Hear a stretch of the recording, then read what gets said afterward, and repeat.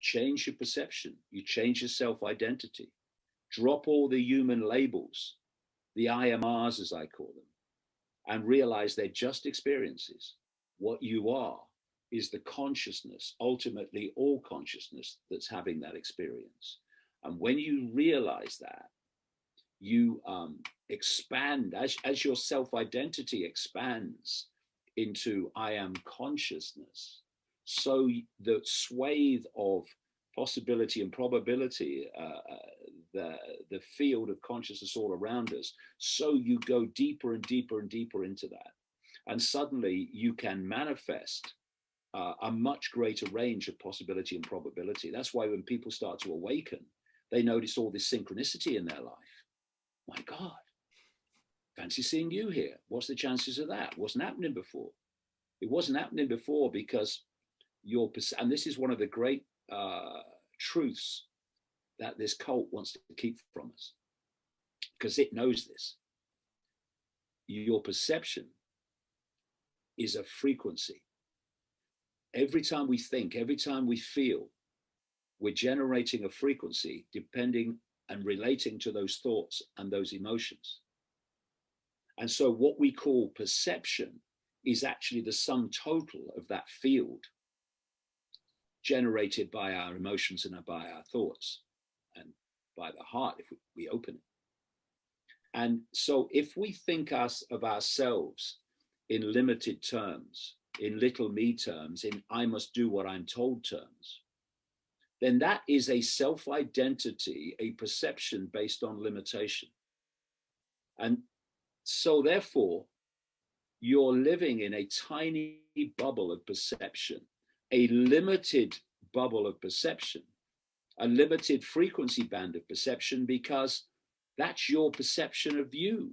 So it expresses itself energetically and in terms of frequency. And so you're interacting with the field of possibility and probability within that narrow band in which you perceive yourself, in which you perceive the I.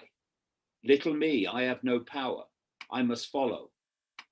But when you expand your awareness, you expand your self-identity into I am all that is, has been, and ever can be, having a human experience, then that expansion of self-identity expands the field that you're operating on. It expands the frequency, it expands the scale. Now you're interacting with possibility and probability in a much, much greater range. And thus synchronicity comes into your life. Bits of luck. I was with someone recently. They came over to see me. She was there about 3 days, and she was laughing in the end, because every time we went somewhere and there's a big flow of parked cars, both sides of the road, there would be a gap in the parked cars outside where we were going, and I was straight in. And other times, you're coming along and there's no space, and then somebody just pulls out in front of you and you're in. Now, these are little things, but because our perceptions become our reality, you can manifest these things, because this is not a solid world. This is an energetic world, a holographic world that's malleable. You can change it. And this cult knows that our perceptions become our experience reality. This is the big truth.